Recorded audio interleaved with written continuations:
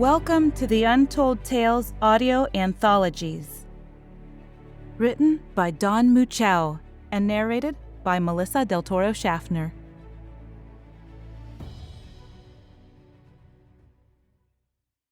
The Fool. I don't know how long it's been since I've known I was God. I've asked people to prove to me I was not, but then again, that's as hard as proving I am. They ask me any question. I have the answer. They ask me what the future will be like. I know. They want me to tell them their darkest, innermost thoughts. Only they don't, really. In the end, I scare them away. And over time, I've allowed it. If you can't make friends, might as well be good at something else. I shudder as I lean into the rain, hurrying down the bitter, near-empty streets of Adamstown, a suburb of Boston I've managed to reach by bus, by begging several fares from passers-by. The dark, wet cardboard walls of brownstone buildings lean in and slowly crumble toward me, their tops pressed by icy fingers reaching down from the sky, collapsing like discarded packing boxes.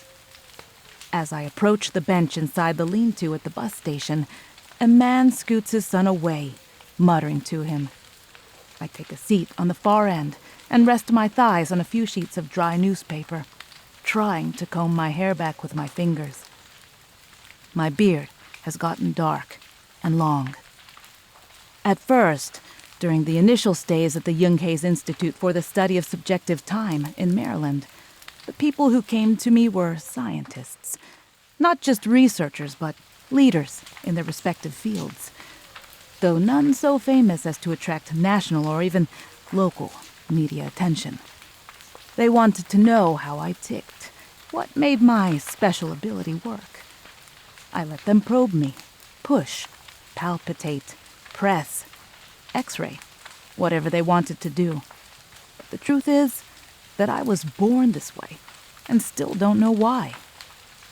I've looked back at that day, considered what I knew about the bioelectrodynamics and near-field spread-form force tensors under the influence of mega-energetic cross-phase time fields. I debated with myself about writing the seminal papers on these areas of research, most of which would not be begun for another 150 years. In the end, though, it's chaos. The inevitable unpredictability of Heisenberg, surrounded by a voluminous ocean of order that fails to take it all in. That's why they can't explain me. I shouldn't exist. The man is talking to his son now, chatting to keep from being interrupted, afraid I will ask him for something. I ignore them as best I can, looking straight into the shadow-clad cerulean toward Westboro. What did your mom get you today? Space fighter, says the boy. A space fighter? Wow! Father seems more engaged than his son. With the 10-pod gravitational missile launcher and laser guidance beam? Gravitic, corrects the boy, whose eyes never leave his father's face. He climbs into his father's lap, tracking black grass and muddy slop onto his father's belly. The father turns to the boy. No, Seamus, gravitational. I couldn't stand it any longer. The boy's right, It's gravitic. That's the scientific term for something possessing general ascriptive properties of gravitation. It's also the term they use on his favorite cartoon, Gamma Rangers. And you shouldn't let him walk on your lap like that. The father frowns, grabs the child, and stands up, holding him further away. I get up and move away, too. Just then, the lean-to is flooded by a shiny beam that colors every surface, like a white gloss lipstick. A loud clank announces the arrival of the Jeffries Avenue number 141 bus. I get on in front, and the man and his son get on in the back. It was a relief to put the wetness outside and behind me and let it fade into dim memory. Paid my fare, then sat down a few seats back from the driver and on the other side, so I could make small talk with him. It makes him feel like the world's psychologist. On 2 occasions, having the company had prevented him from killing himself. He kept a .357 Magnum loaded and ready in a locked box underneath his seat, just in case the need suddenly arose. "How you doing, Nathan?" "Not bad, Gunner." I nicknamed him Gunner after he told me about his protection. "Just trying to stay warm and dry." I chuckled, took my frazzled denim cap off, and shook the rain out of my hair. I needed a haircut bad, not as bad as a shampoo. I put the cap back on and nodded at the driver, who could see me in his rear view. "Getting interesting out there yet?" Gunner asked. Gunner always asked me that, because one night I had told him a little about what I could do, in a moment of stupidity. Bus drivers have to put up with a certain portion of crap anyway, so he pretty much let it roll, but I could tell that it made him nervous when I was right. "Not yet. Maybe something tonight. Who knows?" I cast a look toward the back of the bus. The man is seated in a corner, on a flat row of seats across the back of the bus that rests on the blower for the heating unit. He is leaning uncomfortably to one side, and his son has fallen asleep, drooling on his chest. His son's dirty hands are teeming with E. coli, picked up at a birthday party at a fast food restaurant, hosted by one of his friend's mothers.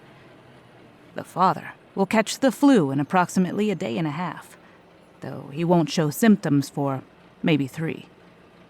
The mother is already home, having skipped the party, leaving her 2-year-old with her sister while she visited a divorce lawyer. She's been fooling around, but she's been so sneaky about it that she will get custody of the boy, the house, and the family's Isuzu Trooper. Hates it when you get that feeling sometimes, you know. Gunner is a fat black man with the soul of a saint, who thinks he can see the future and people's thoughts and such. Maybe he's right. I believe a truly pure man can dissolve nearly all artifice. I nod at Gunner. Yeah. We stop at a traffic light, about a mile up Tanner, at Campbell. The rain has let up, and the night is lit like a stage.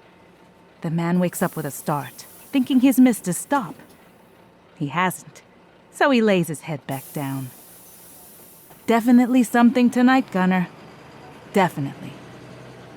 Gunner starts the bus again, and it protests like a cornered pig. What's gonna happen tonight? Ah, come on, Gunner. You'll spoil all the fun. Gunner smiles or laughs, I can't tell which since his head is turned, as he maneuvers the big vehicle onto Roselle at the next light. The only way he can turn around since Campbell is so narrow, and the buildings run right up to the curb. We're almost to the end of the line, Wilmington Street interchange. Not gonna tell me, are you? His chest bounces with a satisfactory laugh that is held so quiet it's almost inaudible. Not even a little?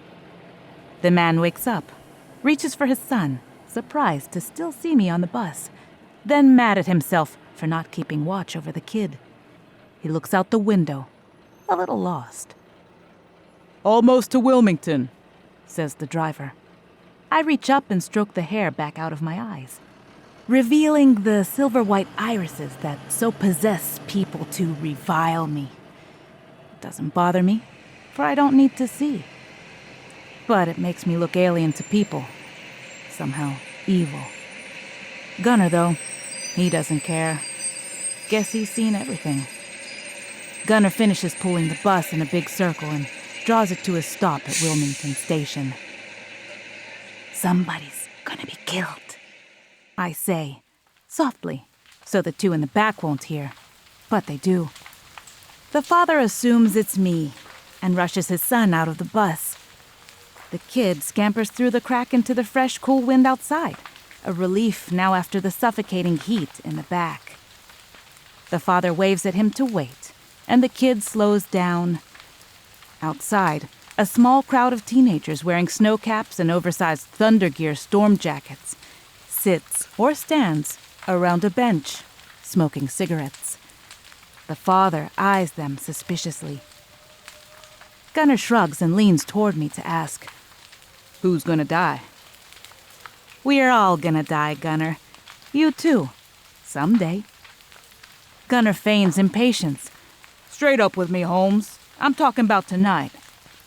I bite at a fingernail, which has become jagged from an accidental scrape on a concrete embankment some hours ago. I roll my eyes toward the back of the bus.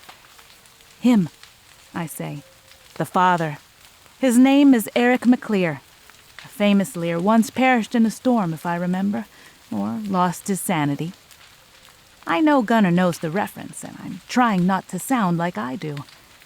He went to a prep school, unusual for a kid of his upbringing, especially someone who grew up in the 26th Street neighborhood of Chicago's South Side. His mother was very proud when he performed the role of Hamlet in his junior play in Evanstown. She rode with him on the train when she went to work and made sure someone watched him when he went home in the afternoons. But at 17, Gunnar got his girlfriend pregnant and had to start working, and he never finished school. No college would take him. Too much of a risk. Gunnar looks out into the weather, toward no spot in particular, and he seems young again. "The art of our necessities is strange," he quotes. "That can make vile things precious." He steps down the front exit and manually opens the door he's been holding closed to keep out the wind. As he does, he lights up a cigarette. "It's from King Lear," he says. "And it was a fool who proved to be the wise man. Is there a lesson there, Nathan?" I follow him out. "You know, you should really stop smoking those. One of these days, they'll kill you." "Oh, yeah?" "July 13th, 2033. But that will be after a year and a half in chemo and P51 gene therapy treatments." Gunnar turns to shield his back and control the burn of the cigarette. "Nathan, who are you?" "You wouldn't believe if I told you." "Try me." "I'm God."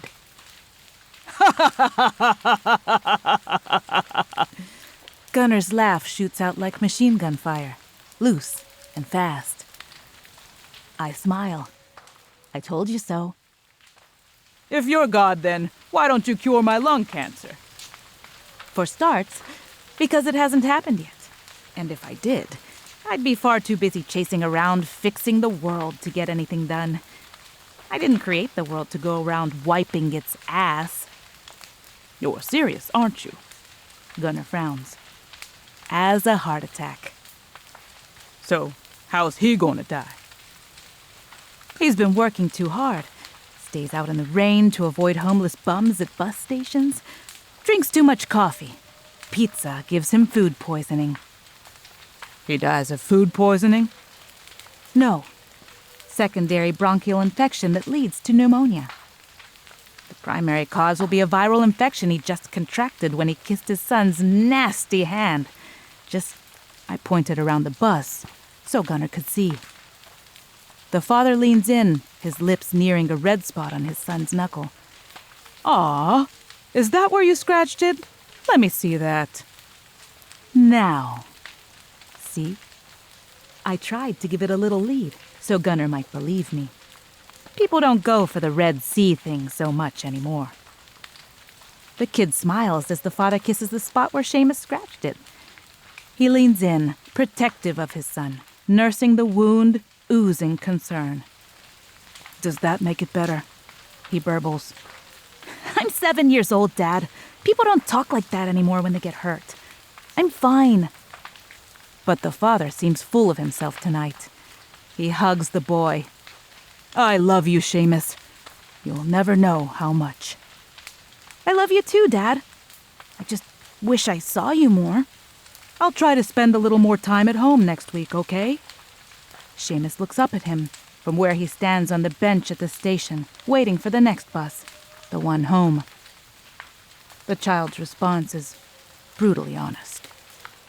"You won't. You say so, but you won't." The father draws Seamus close. "I promise." "Now even I could tell that was a lie," says Gunnar. Know the type. The kid knows more about the maid than his own mom and dad. Yeah, I said, stepping forward and descending the stairs toward the open door. This is where I stop tonight, I say, but only I know the deeper meaning. I hunch my thin gray sweats and torn jacket a little closer about me. The shirt still says Maryland on it, in academic colors, a parting gift from the guys at Young Hayes when at last they admitted only that they could prove I had been to the future and back several times.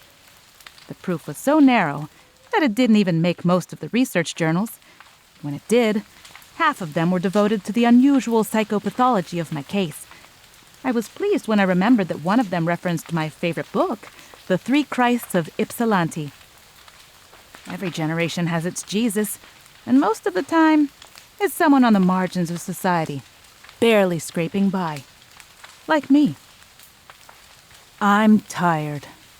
Tired of omniscience, tired of watching the good in the world die around me. Just tired. It is time, I realize, to pass the torch. It does not do well to be responsible for all creation and have such a pessimistic attitude as mine. A little girl, about 8 years old, enters the bus as I exit, handing Gunnar her bus pass. Her mom waves at her from the bus stop, blowing her kisses. It's a shuttle arrangement between two divorced parents who are doing their best to maintain amicability while entirely avoiding contact. I've seen it before. "Tell Daddy I said hi," the mother shouts, over the sound of the diesel engine. Suddenly, I feel the weight of the universe squarely on my shoulders. I pat the girl on the head, and she looks up and smiles. Seeing that innocence lifts the weight from me, and I am once again, at long last, just a homeless man looking for a place to sleep. Gunnar looks at me and says, "Good night, my friend. See you round." But the memory of who Gunnar is and why he was important in my life is already slipping from me. The omniscience is gone, and with it comes a sense of relief. The world, which once needed a conscience, now needs hope. Gunnar and everyone else are the little girl's responsibility now. And for me, it is like waking up from a long, exhausting dream. "No, you won't," I say to Gunnar as I disappear into the darkness. "You won't even remember me."